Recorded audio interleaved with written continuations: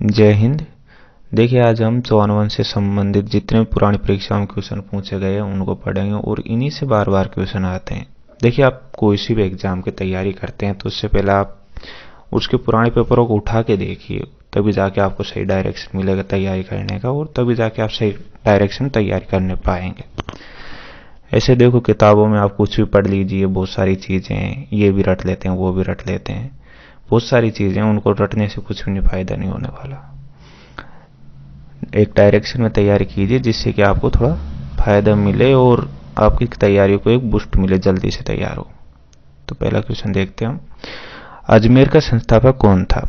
वासुदेव, गुवक, अजयराज या रणोराज? तो अजमेर की स्थापना 1113 ईस्वी में की गई थी। इसको बड़ा कर लेता हूँ थोड़ा सा। 1113 ईस्वी में इसकी स्थापना की थी और इसके संस्थापक थे अजयराज थे।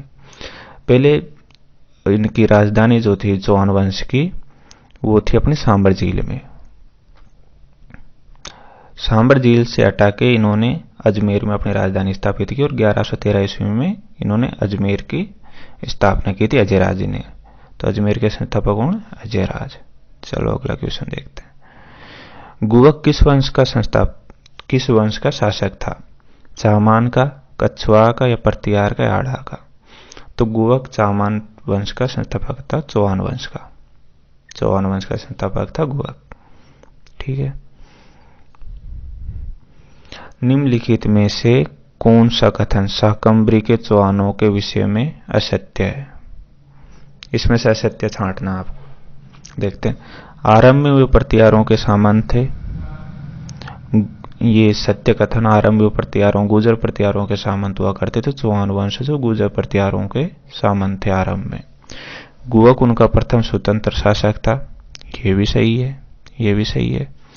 अजमेर नगर का संस्थापक अजय सिंह था। यह भी हमने पढ़ा था, ये भी सही है। पृथ्वीराज तृतीय इस वंश के महानतम शासकों में से एक हुए थे। ये भी सही। पृथ्वीराज तृतीय और मोहम्मद गोरी का हम आगे पढ़ेंगे, जिससे इन्होंने युद्ध किया था। आगे इसके क्वेश्चन आए। इसमें चारों आंसर सही, शायद मिस प्रिंटिंग है क्वेश्चन, लेकिन इसके चारों आंसर सही होंगे ये। ठीक है, ये शायद मिस प्रिंटिंग है फिर इस प्रश्न का कुछ। अजमेर नगर की स्थापना के पहले अजमेर के चौहानों की राजधानी कौन सी थी? ये मैंने बताया था आपको कि अजमेर नगर की स्थापना से पहले अजमेर और चौहानों की राजधानी अपनी सांबर झील में थी। तो इसका सही आंसर होगा सांबर झील।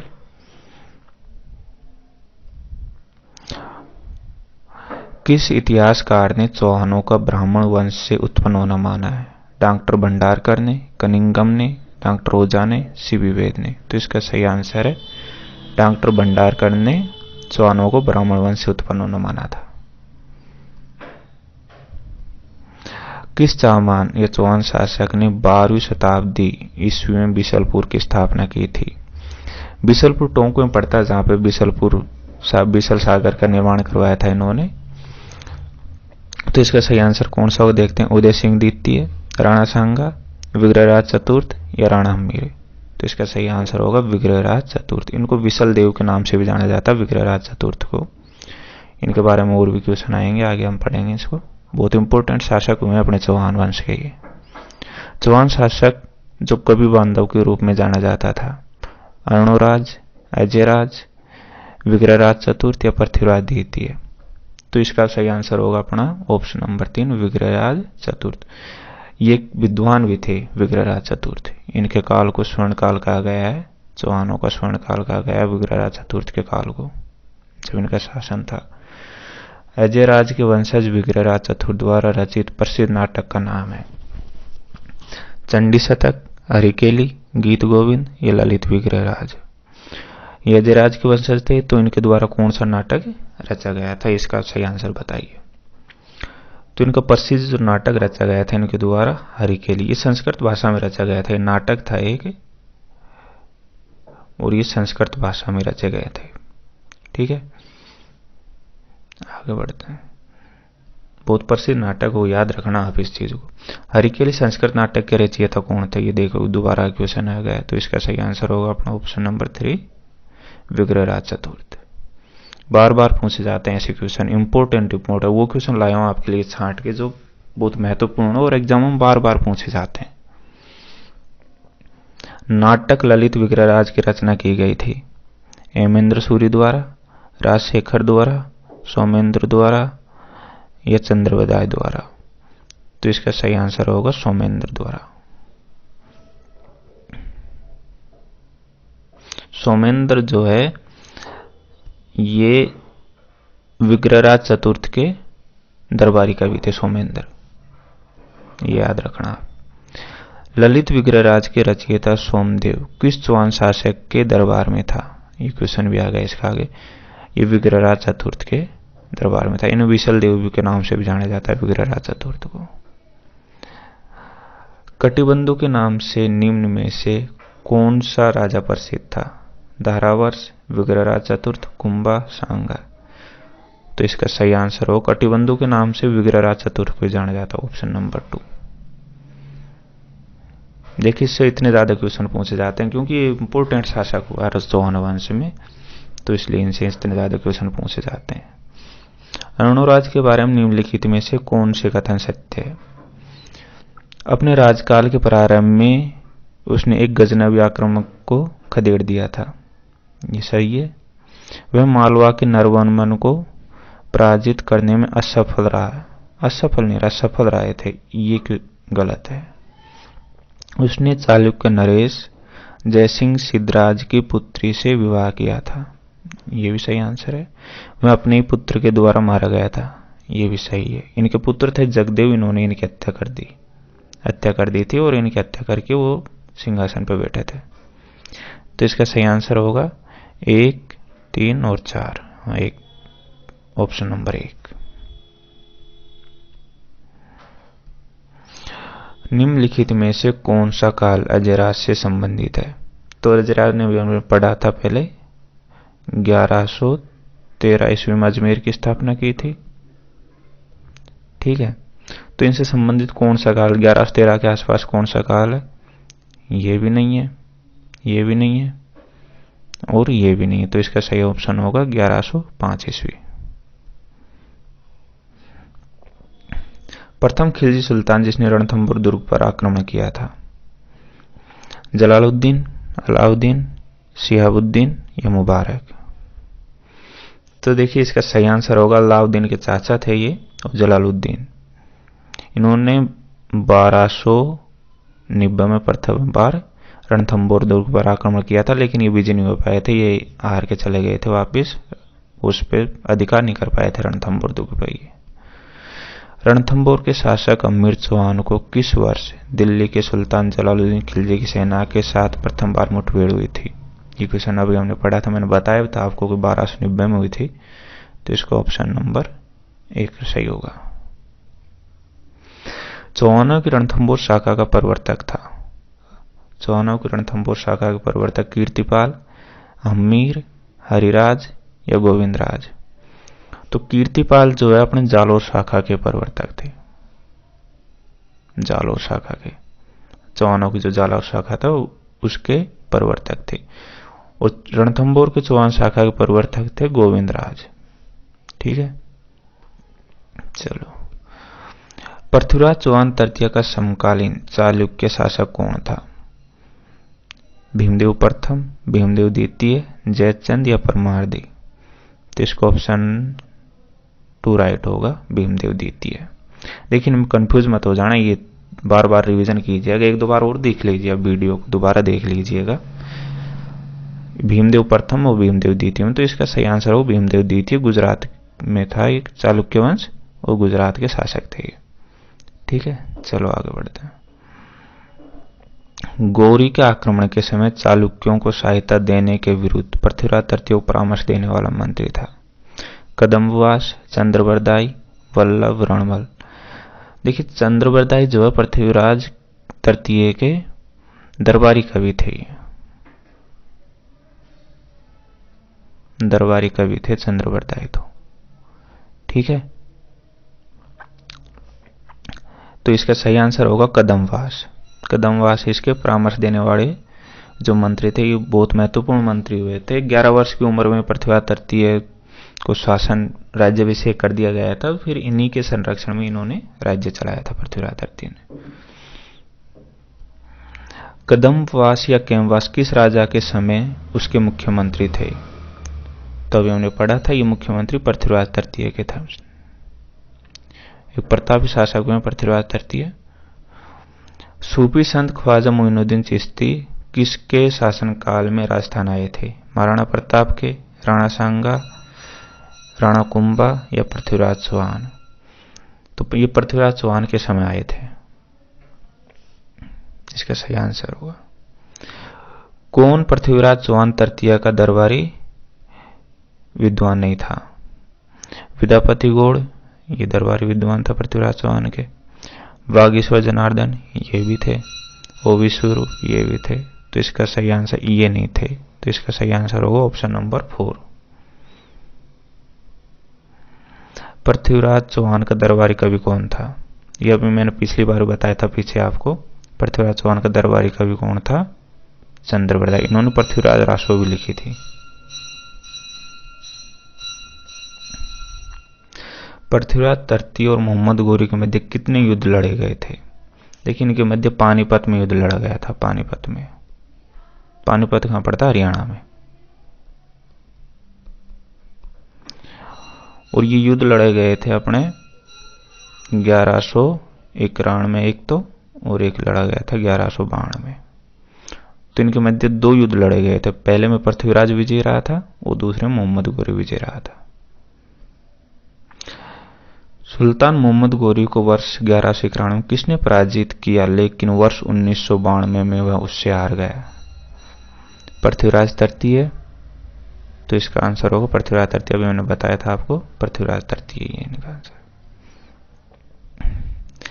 इनमें से किस वर्ष में तराइन का प्रथम युद्ध लड़ा गया था? तो तराइन का प्रथम युद्ध, पहला जो युद्ध लड़ा गया था वो प्रथम युद्ध 1191 ईस्वी में लड़ा गया। 1192 में सेकंड युद्ध लड़ा गया था जिसमें मोहम्मद गोरी विजय हुआ था। 1191 और 1192 की तराइन के युद्ध में किस चौहान शासक राजा को आक्रमणकारी शहाबुद्दीन गोरी से लड़ना पड़ा था? ये भी पृथ्वीराज तृतीय। ये तृतीय याद रखना, क्योंकि ये देखो पृथ्वीराज प्रथम, पृथ्वीराज द्वितीय, इस तरह से ऑप्शन दे देता कई बार एग्जामों में। तो पृथ्वीराज तृतीय याद रखना। उस स्मारक का नाम बताए जिसे 1198 ईस्वी में सुल्तान गोरी ने एक मस्जिद में परिवर्तित करवाया था।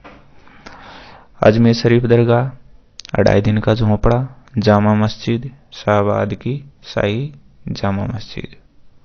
इसका सही आंसर होगा अढ़ाई दिन का झोंपड़ा, अजमेर में स्थित है। ये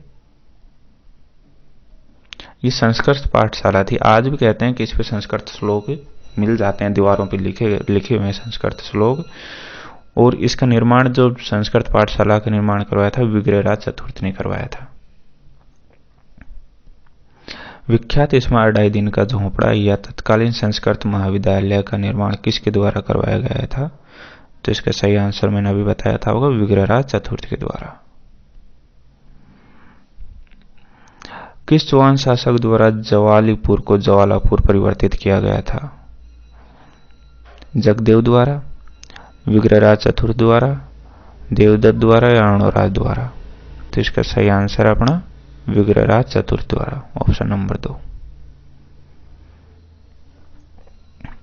निम्नलिखित में से किस शासक के राज्यकाल के दौरान दिल्ली शिवालिक स्तंभ अभिलेख उत्कीर्ण कराया गया था? पृथ्वीराज द्वितीय, पृथ्वीराज तृतीय, अणोराज या विग्रहराज चतुर्थ? तो इसका सही आंसर होगा विग्रहराज चतुर्थ। विग्रहराज चतुर्थ के शासनकाल को चौहानों का स्वर्ण काल माना जाता है। इनके वक्त जो है इन्होंने दिल्ली में मुसलमान शासकों को पराजित किया था और भारत की राजधानी अपने अजमेर में स्थानांतरित, कुछ दिनों के लिए अजमेर में भी रही थी इनके टाइम पे। अलाउद्दीन खिलजी की विजयों को कालक्रमानुसार व्यवस्थित कीजिए। तो 1303 में इन्होंने रणथंबोर पर आक्रमण किया था, 1301 में। इसके बाद में चित्तौड़गढ़ में, उसके बाद में सिवाना, उसके बाद में जालौर। तो इसको ऑप्शन नंबर 1, 3, 4, 2, 1, 3 4-2 किसमें 1 3 4 2, ऑप्शन नंबर 1।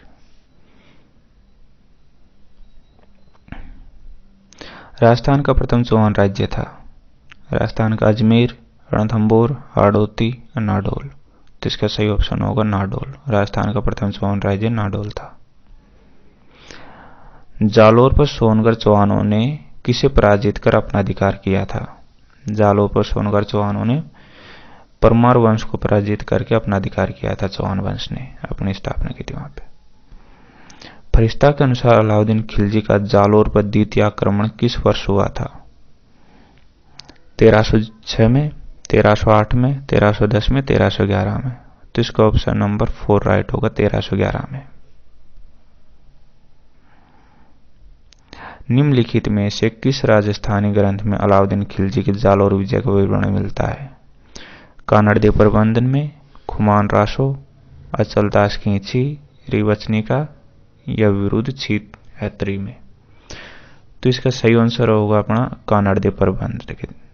कानड़देव प्रबंध में अपना ये विवरण मिलता है अलाउद्दीन खिलजी के जालोर विजय का और उनके लड़ाई का। जालोर के अलाउद्दीन का समकालीन शासक कौन था?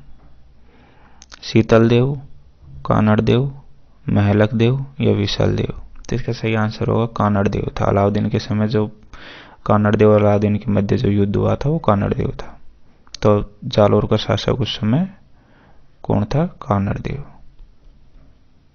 इसमें अलाउद्दीन की विजय हुई थी। निम्नलिखित में से किस शासक का संबंध वागड़ से नहीं था? गोपीनाथ, सोबदास या गंगादास या कानड़ देव।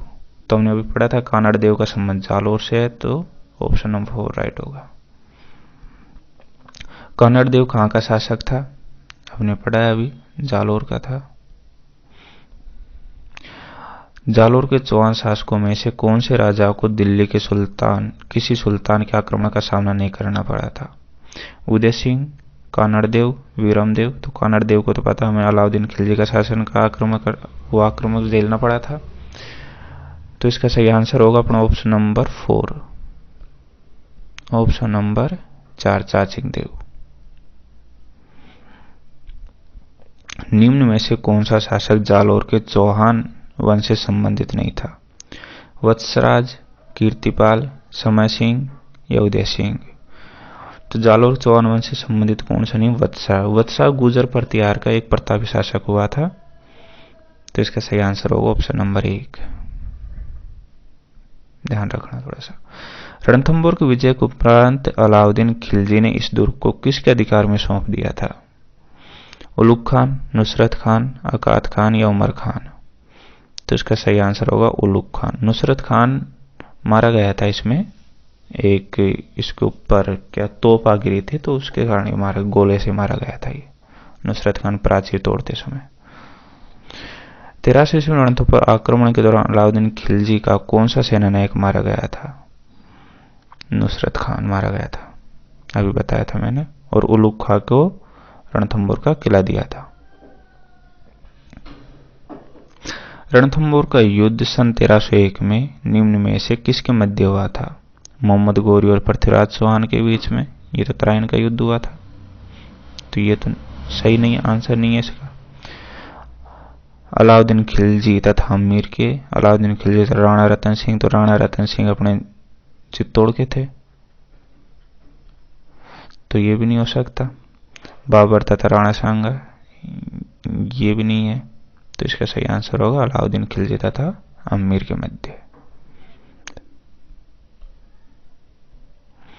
अमीर ने सुल्तान अलाउद्दीन खिलजी के किस विद्रोही सेनापति को रणथंभौर दुर्ग में शरण दी थी?